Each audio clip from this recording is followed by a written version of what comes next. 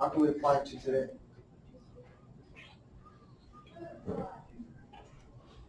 Either you have no thoughts, or you're concerned that your thought is somehow going to be perceived as wrong, which it wouldn't be.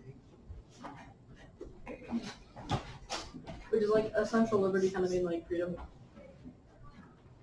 Okay. So, all right. So essential liberties, does that mean freedom? It doesn't count. Yes. That was, Liberty is synonymous with freedom, right? okay. Okay. Well, maybe like the people that try. Hold on. Now that's a big word, essential, right? Okay, so Gil, go ahead. So maybe like the people that are trying to like force the vaccine on people are saying that like we don't need no freedom just to be safer. So that's kind of a layup, isn't it? That we can relate that quote to today, right? Did you think I thought you might have that response? Yeah. Did anybody else think that way?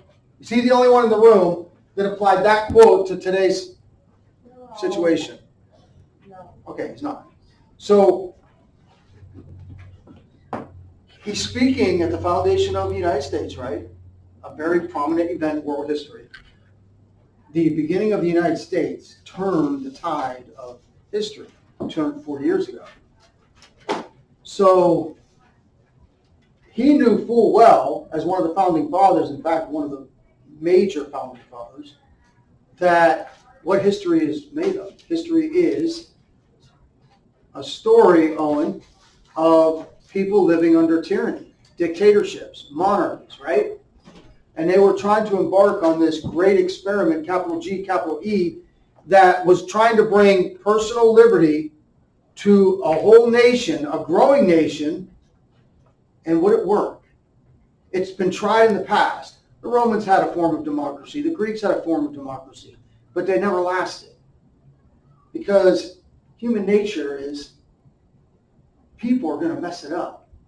People, because we're fallen, are going to mess it up. So then somebody has to come in and take control. That's history, right? And when that person fails in their power control, then there's a power vacuum. Someone else steps in and takes control. And it's almost like humans have like a need to have someone control. The United States broke that. It's like splitting time. You know how Christ splits time, BC and AD? Like America's founding splits time. Individual liberty for 250 years now, not just here, but all around the world, right?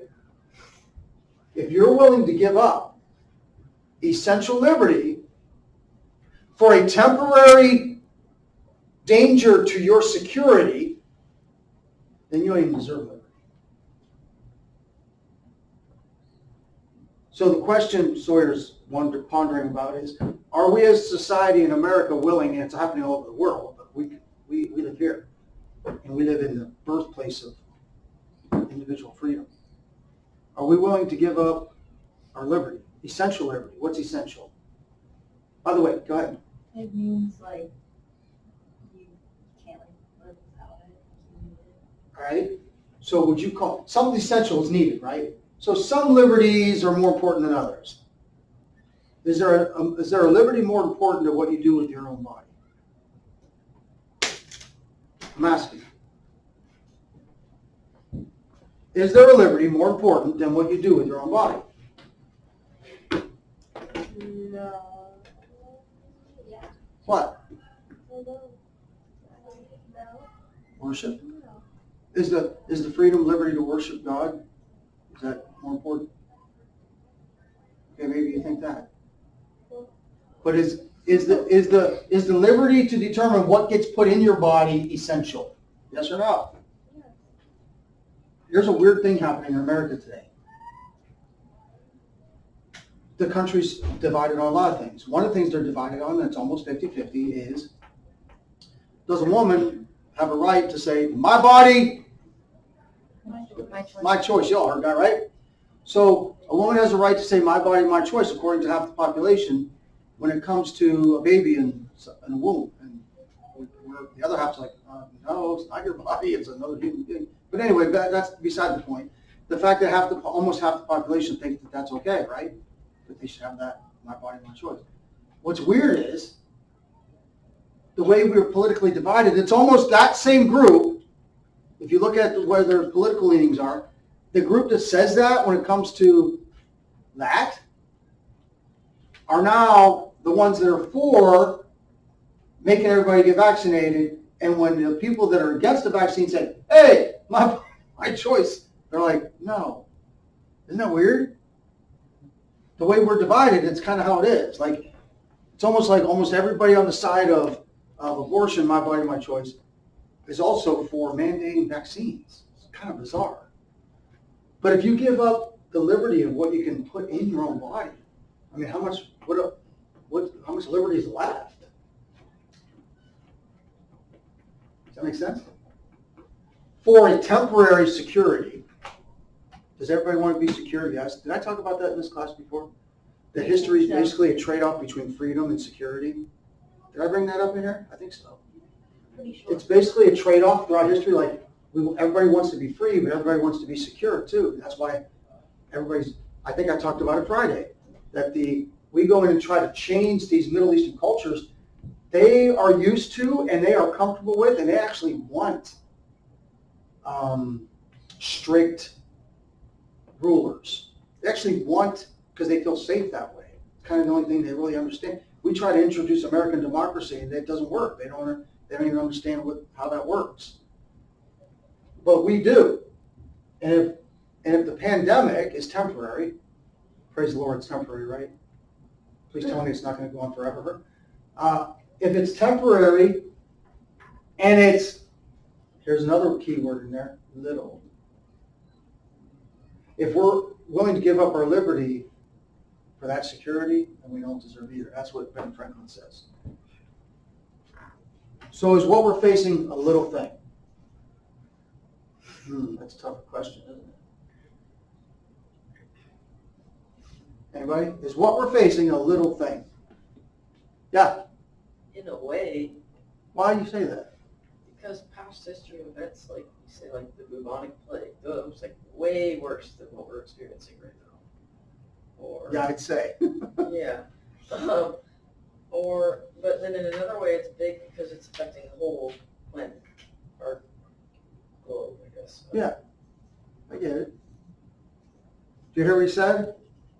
Compare the coronavirus, COVID-19, historically to almost any other virus that we consider a pandemic, and it's laughable. I mean, it's not laughable to anybody died. My wife suffered greatly.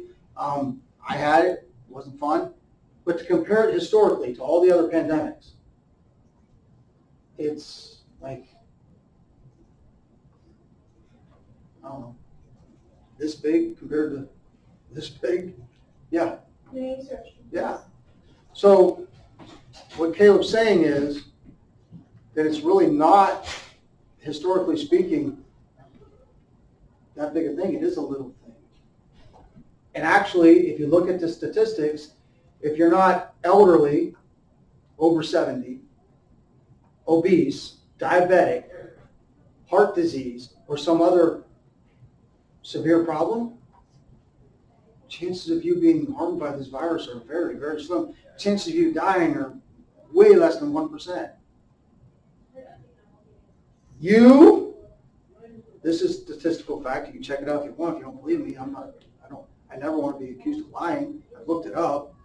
You, at your age, last I checked, were 3 times more likely, don't get scared next time you get in the car, you're 3 times more likely to die in a traffic accident than you are of this virus. 3 times more. But yet we're willing to we're willing to try to tell other people that they got to put something in their body so that we'll feel safe. Safe from what? Yes, it's real. I already know it's real. I know people that had it. I know someone had it really bad. I know of people that died. Praise the Lord, no one in my family died of it, but obviously people died of it, right? But we're supposed to give up all of our freedoms for it? For something so historically insignificant? And if we're willing to do that, do we even deserve liberty at all? That's what Franklin's saying. Do we even deserve liberty at all if we're going to give it away that easy? And what about all the people that sacrificed for us to have the liberty that we have? What do we do with all the sacrifice, all the millions of people that fought, died, or been injured? risk their lives for us to have the liberty, we're just gonna throw it away for something so historically insignificant. Any other questions, comments? Gotta memorize that for tomorrow. What? Kidding. I mean, is it hard? Can you sum it up? Don't even look at the screen. Can you basically give me the gist of what Franklin said? I use a big word, gist. G-I-S-T. Can you give me a basic, yeah, Those who give up freedom for security do neither. yeah. All right, where are we at? What's the last note you have? I don't remember. Is Nebuchadnezzar? Hezekiah's prayer? No, you were absent Friday. Right. How'd it go? You won. I didn't hear any score. Like 24-0. Really? It was the Who was child. that? Bishop Black or whatever? It was St. Charles. Frat. Is it real? Yeah. They're real school. I think Sure. yeah. I just said both. You got past this, right? Yeah, we were on that. Belshazzar's banquet, writing on the wall. That's where we left Your day's coming, buddy. Wait, when? Now! Hours later. Belshazzar was no more. This is that's the last thing we had, right? Yes, sure can. All right, Lauren, we're now moving our attention to the Persians, which is, on this map, all the way up into the 20th century, Persia was still a thing. Oh, you're like modern. Present day Iran. Yeah. Yeah. You remember? Yeah. Well, back then, this was Persia. Do you notice the all the way on the left on your screen there? We're all the way over here to Greece. And all the way over here to India, down into Egypt, all the way up into present-day China, a vast empire these Persians built. This is in 490 BC, so we get closer and closer to our times. Did you want me to leave that up longer? See the Assyrians in there? Kind of right in the middle.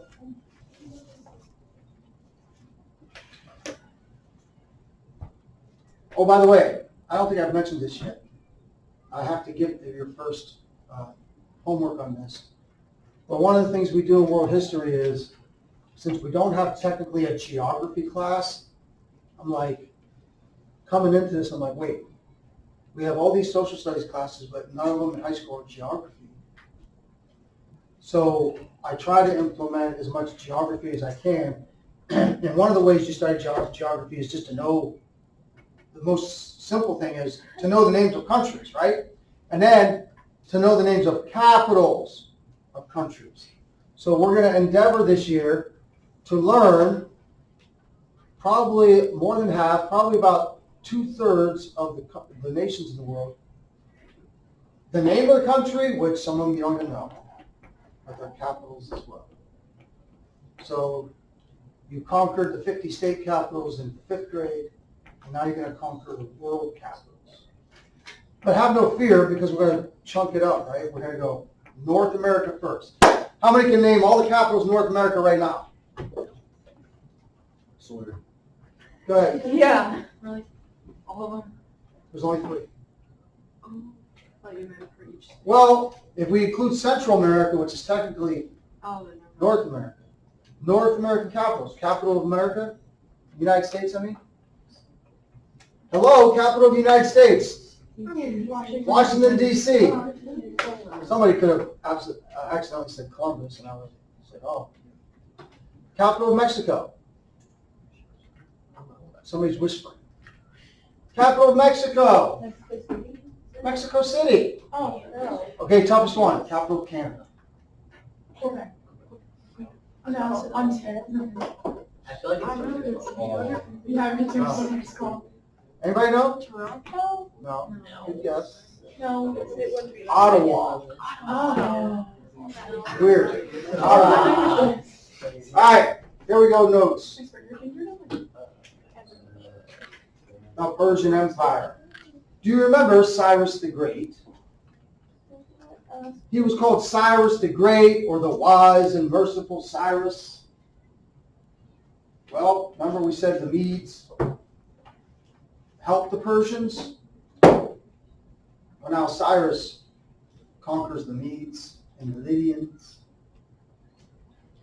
and he establishes a huge, vast empire. That map I showed you was 490 BC. He started building this empire in 536 BC. Karina, quick math question.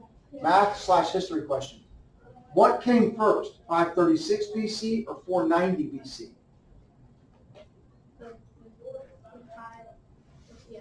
Yes. 536 comes before 490 when it comes to BC. So that's how they established this vast empire. It all started with Cyrus the Great, the wise and merciful Oz. No, I haven't seen that movie in so long. What's he call himself? No, you think I've seen it all? You never seen Wizard of Oz? Not in a long time. There's a nickel. That tone was a nickel. Whatever. It was kind of a whining tone. That's all I got rid of.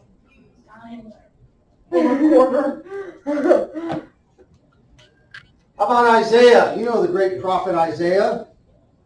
Some would say the greatest prophet because of the length of his book. He prophesied the Lord's anointed by name 100 years before Cyrus the Great.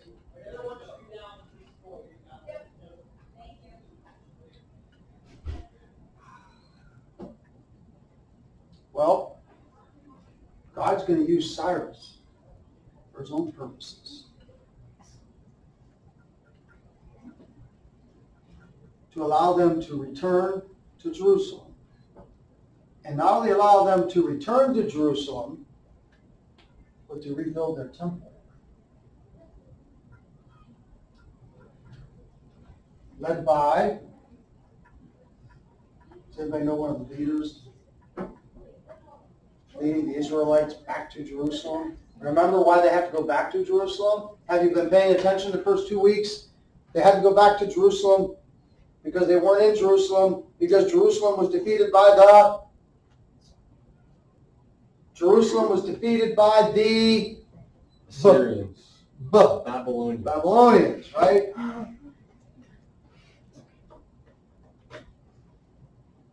And the temple was destroyed. Cyrus is going to allow them to go back. Ezra, remember Ezra? Cyrus, to control his vast empire, had a pretty familiar system of government. He would assign governors over large areas. But beyond governors, he would have a group called the King's Eyes. What do you think their job was? What was the job of the King's Eyes? Yeah. Make sure the people were doing the right thing. Yeah. Probably, I would imagine, not just the people, but the governors. Maybe, right? You have to remember that kings back then, and kings probably at all times, because they are so powerful, they tend to be very, what's the word for it? It starts with a P. People that have that much power and that much control and that much wealth even, could be a little bit blank about losing it. You know the word starts with P. Paranoid, right? A lot of these kings were kind of crazy because you would think, oh, they have everything they could ever need, right? They got all this power, they got all this wealth, they can wait. That's not as all it's cracked up to be. Because if you have the more you have, the more you have to lose, right? And they were constantly, these kings and their kingdoms were constantly trying to defeat other kingdoms. So you're constantly worried about not only the enemy, but maybe there's an enemy within. So you have your king's eyes out there to make sure that not only are the people staying in line, but maybe even your governors are staying in line. Because how easy it would be for a governor to have some other kingdom come along and say, hey, I'll offer you a little more. And people are just naturally greedy. They might go with that. Have you ever heard of the Pony Express? You never heard of the Pony Express? In U.S. history, there's a thing called the Pony Express. It was a short-lived mode of getting messages across the country by using ponies, right? You ride a horse from one station to the next, you pass off the mail and this was right before the railroads came and no need for horsepower anymore. Well, Cyrus had set up a kind of Pony Express and an excellent network of roads. Now, why is that important? I know, you're studying ancient history and you're like, who cares? Did he made an excellent network of roads? Well, why do we have it in our notes? Because throughout all of our study, this guy put together the best organization of any civilization. And it's shown by that network of roads that people can get messages to and fro. He can send his troops to and fro much easier. So it's an important part of his dynasty. More about Persia. Did anybody look at RenWeb and see what day I said the test was going to be? No. I thought you said Thursday, but I wasn't using that. The Persians made the Egyptian calendar widespread.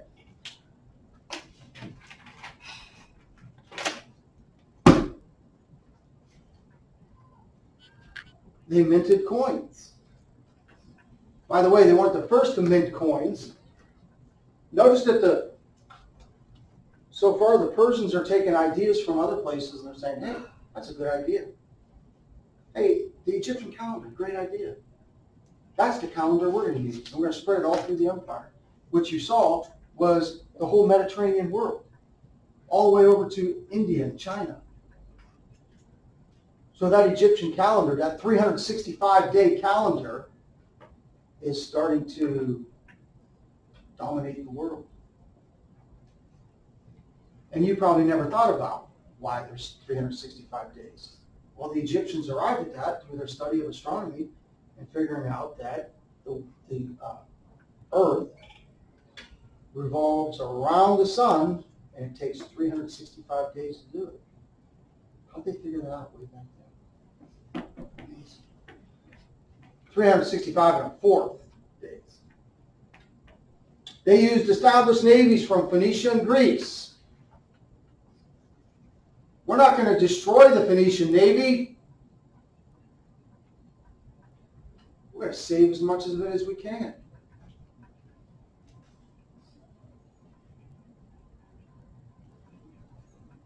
So they used those established navies. They conscribed, they drafted into their armies the good sailors and soldiers from Phoenicia and Greece and other places.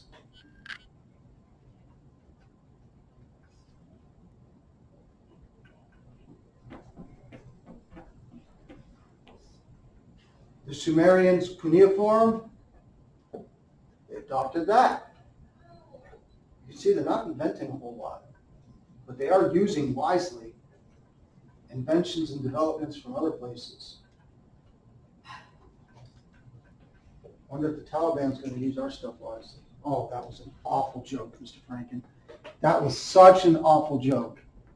I can't even believe you just said that. I wonder how they're going to use that $83 billion worth of equipment.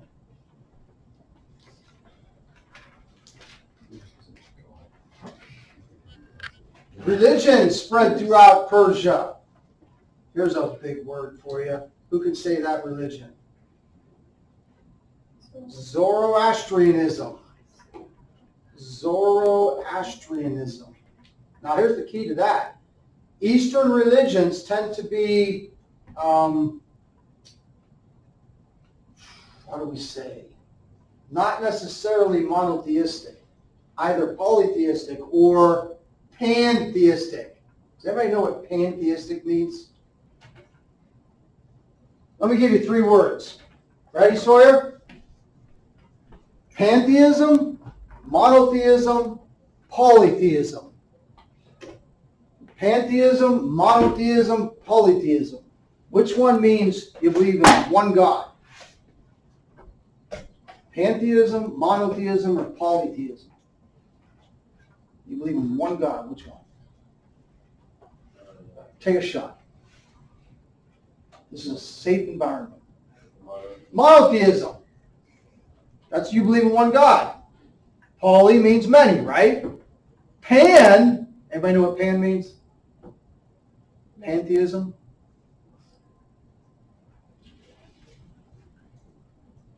Pan means all. So it's like that they'll take elements of all quote unquote religious beliefs or pantheism, believing that there's a universal spirit and it's in everything.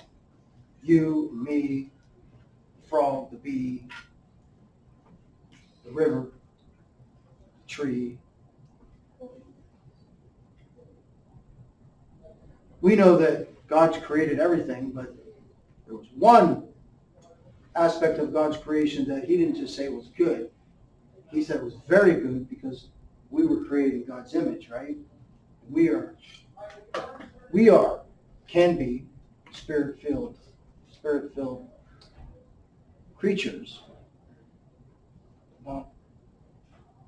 There's not one universal spirit that's embodied in all of creation. That's kind of what a lot of Eastern religions are, but Zoroastrianism is monotheistic, and earth is a battleground for good and evil forces. And here's what your life is about. Choose which side you're on. And may the force be with you. Basically, we've got this, you could read a whole book on Zoroastrianism, right? Yeah, sure. But to put it in a nutshell, earth is a battleground. This physical life we're living is a test. Which side are you going to choose, the good or the evil? And of course, God is the good. Darius, you heard of him? Darius comes after Cyrus, Darius the Great. He takes Persia to even greater heights, and that's when we get to 490 BC. The map showing Persia going all the way to Greece.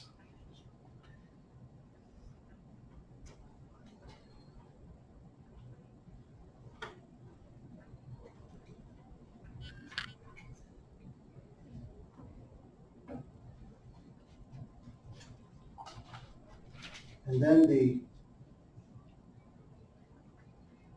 most famous, we know Cyrus and Darius as Christian history students, biblical history students. Everybody knows Alexander the Great.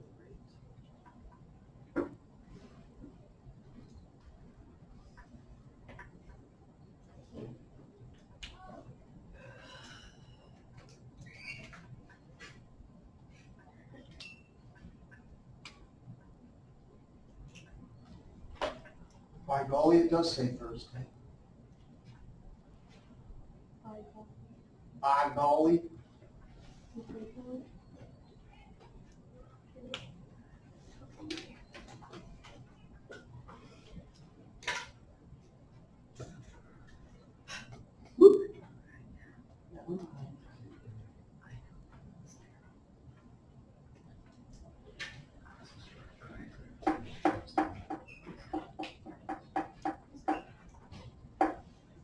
Okay, that's it. That's your first batch of notes. That's basically chapter 1. If you had a textbook in world history, that is early civilizations. That takes us from 5,000 BC to 500 BC. Your test will be Thursday. Oh. Let's see if you have Monday, Tuesday, Wednesday, 3 nights. 3 nights. What's that?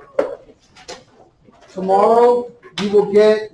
Here's how Mr. Franklin does review. See this right here? This is from civics class. So instead of giving you a study guide, because you've been studying all along, right? Sawyer, he doesn't wait till the last night to study for a test. He takes notes and He's diligent. If he wants to get an A, he's like looking over the notes once in a while, puts the controller down, you Every know. day, all the time. Right. 24/7. So I like puzzles, so I make crossword puzzles. And to fill out the crossword puzzle, you go through your notes, right? So that's a way to review. You'll get one of these for world history tomorrow, and then we'll go over it tomorrow and Wednesday. So while Thursday's, oh man, we got a test I didn't even know about till today. We have all of Tuesday and Wednesday together in class, which is way more time than if you were left on your own that some of you would study. So now you're going to take advantage of the time we go over in class and your normal times that you would study. And it's going to be amazing how many A's are on the first test. Really? It's funny, you're funny. It's like 1A, that's, yeah, it's amazing. No, it's Like going to be 1A. more. It's going to be, telling you, it's going to be way more than 1 A. It's I gonna don't be mean Sawyer that. and Andrew. And Nope. Mr. Frank, I predict 2, 4, 6, 8, 10, 12. I predict at least 6 A's and probably 10. Mr. Frank. Matter of fact, I predict a handful of 100%. Maybe 98. How do you want us to make the notes? You're gonna I'm be gonna really send it sad. right now. You're gonna be depressed when it doesn't happen. Well, if you purposely make it, it's all to do. Rachel, you do realize if you wanted to get straight A's, you do realize that. You can say it's not true, but I know it is true. And deep down, so do Well, you. Oh, yeah. No, you don't. You don't have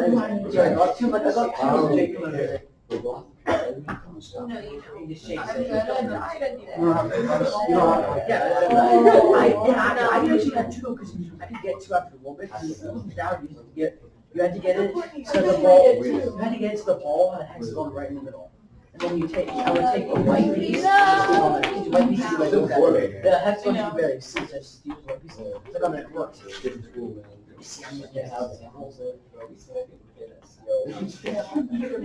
Exactly like. Yeah. I have a mission this week. I had to go. All he cares about is grades. He doesn't care about my mission. Mr. Franklin. Excuse me? That Mr. was Franklin, funny. did you watch that game last night? Which game? The Mets and the Yankees? Last night? It was crazy. Yeah. Lindor hit 3 home runs. Really? Yeah. Wait. Well, they played on You serious? 11. They played on the 11th, didn't they? Yeah, they played yesterday too. This kid. Cool. I just Gross, wanted the first right game near was the like grass. 5 or something. There's like a lot of them. Yeah. You love baseball? I have 5 minutes. Today I was walking to my neighbor's house to ask him to play. When's the last time you watched a baseball game? I've never knew, they just moved. They're Toby, that's good. Hi. Who's talking? Did I call your? You haven't.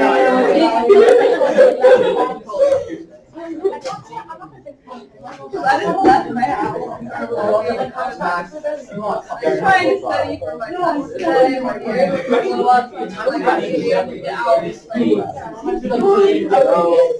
sure a lot of you are going to take I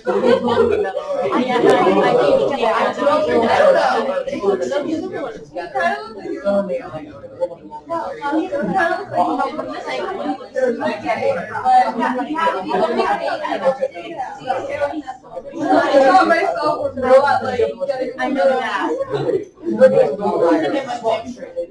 I'm just gonna jump in. You're going to. Anyway. I don't Like, do you know. know how in my car,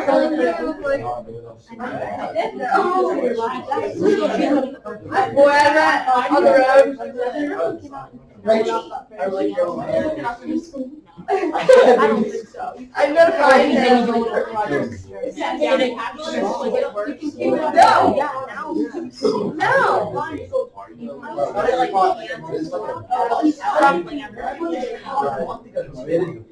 what's up, Lena? He dropped. I got dropped. So I left here Friday. I had to go referee a football game. And it seemed like a couple hours later, I was back here this morning. Did anybody else's weekend go that fast? Yeah. Yeah. What Because just it was fun. If it wasn't fun, it would go really fast, but just whenever it was. I looked at the clock last night, it's like after 10, I'm like, wait, that was 48 hours since I got home from the football game? Who'd you run? Columbia High. Who won? It's all going Bill. Well,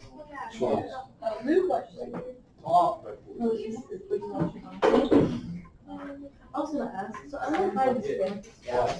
Have fun with that. Yeah, I'm gonna That work dude so looks hard. everywhere. That dude that's walking through his phone. He's just kinda like. That's like her sis. He's like, yeah. He's wearing red shirt. anybody watch both the Buckeyes and the Browns this weekend? My parents watched the Buckeyes and Browns this weekend. I meant like Buckeyes against Browns. I'm I like. wish I did. Actually, my dad got yelled at for Very impressed. Should have won. And Why did lose? everyone liked it. I love the Chiefs. Like, you know, they're Right? It was one of the Some of the long got times. Super Bowl Stand four. over. Bengals and the Celebration. Browns. This is gonna be